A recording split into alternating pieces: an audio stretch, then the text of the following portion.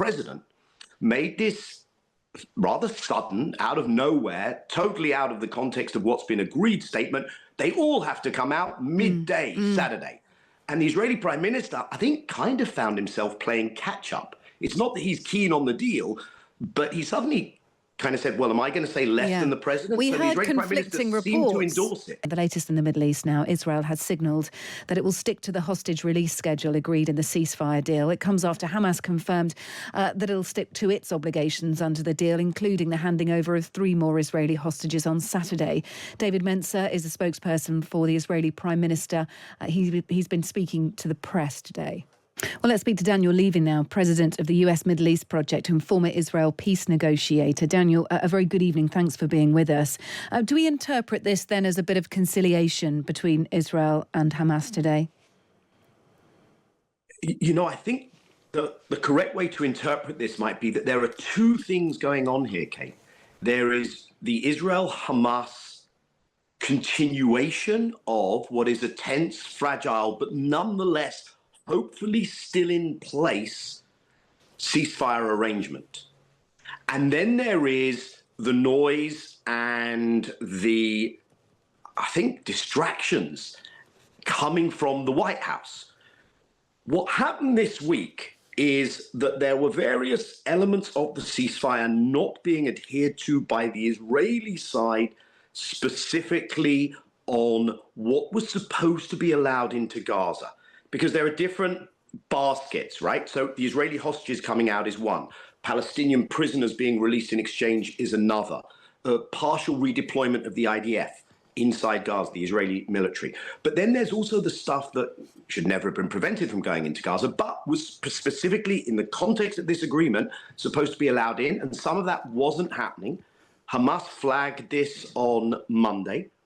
We have apparently seen an uptick in especially shelter for Palestinians going in, some of the fuel that wasn't going in, some of the medical supplies, apparently enough for Hamas to say, let's proceed.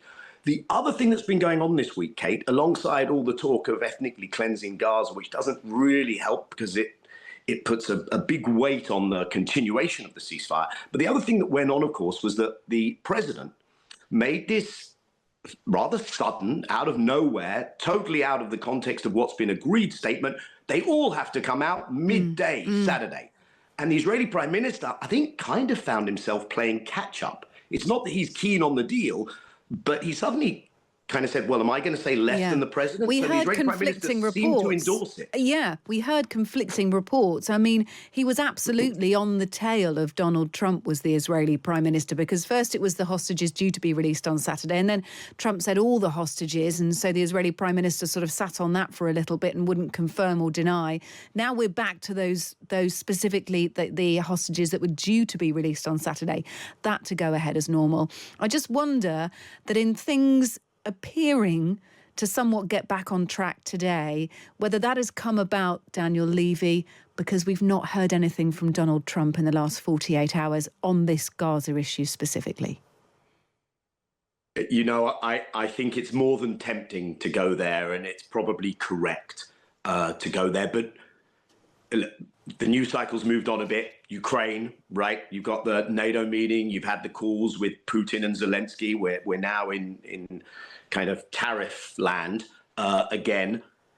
But alongside that, there is also here that the very real issues at stake, which is that there is domestic pressure inside Israel to get more of those Israelis out.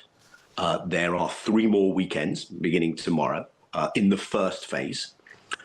There is the very real awareness that you can talk a tough game, but this isn't going to be any easier for the Israeli military. Of course, it's not going to be any easier for the Palestinians in Gaza either if this war resumes. I will say that unfortunately, that is a distinct possibility when the first phase ends. But for now, at least, the decision apparently, and Israel will have to release the Palestinians as well, the decision thus far is to proceed with things on the basis agreed and to kind of drown out the noise coming from the White House. That noise is very problematic because if you're the guarantor And the key guarantor is here, the US. If you're the guarantor and you're saying we do not agree with the terms that we are supposed to guarantee, then that probably means this doesn't have much of a lifespan to it. But for now, at least, there's a distinct possibility one can stumble through. Yeah, negotiations on the second phase of the deal were meant to begin last week, but for obvious reasons, we don't think that's happened yet. Can we talk about Egypt? So they've called an emergency Arab summit on the 27th of this month to discuss the situation, and they're going to present, they say, a comprehensive vision for Gaza's future. We had heard that may be some sort of solution over Gaza, different to what Donald Trump's offered in terms of the US taking over Gaza and Palestinians being told to leave. Do we have any idea what Israel might be looking at what Egypt, apologies, might be looking at here? Do we have any other clue or any indication what this solution might be that's going to be presented by Egypt? So I think the sense here is that there is going to be an attempt to offer a unified Arab state response alongside the Palestinian Authority. They've already put out statements, letters to the president, to the Secretary of State in the US, reasserting their position and in slightly more diplomatic terminology, but still blunt rejection of what the president has put forward. The Arab states aren't about to lend a hand to completing the decades-old efforts to ethnically cleanse the Palestinians. What we're likely to see, there's going to be this Arab summit meeting, is the repackaging of old proposals. And here is where the very loose relationship that the American president has with truth and with history could possibly give an opening where things that have been discussed many times, the Arab offer for full normalization in exchange for Palestinian statehood, ending the occupation,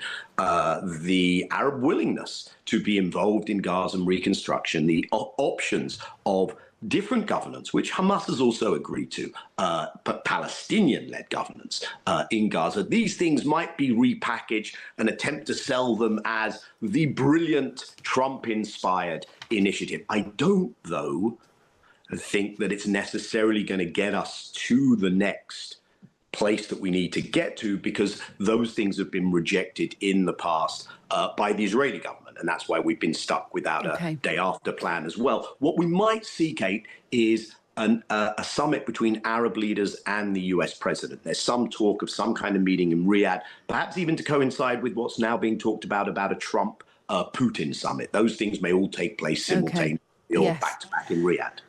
Look, super interesting. Two stories collide, or they could do. Daniel Levy, thank you, president of the US Middle East Project, former Israel peace negotiator. Thanks for being with us.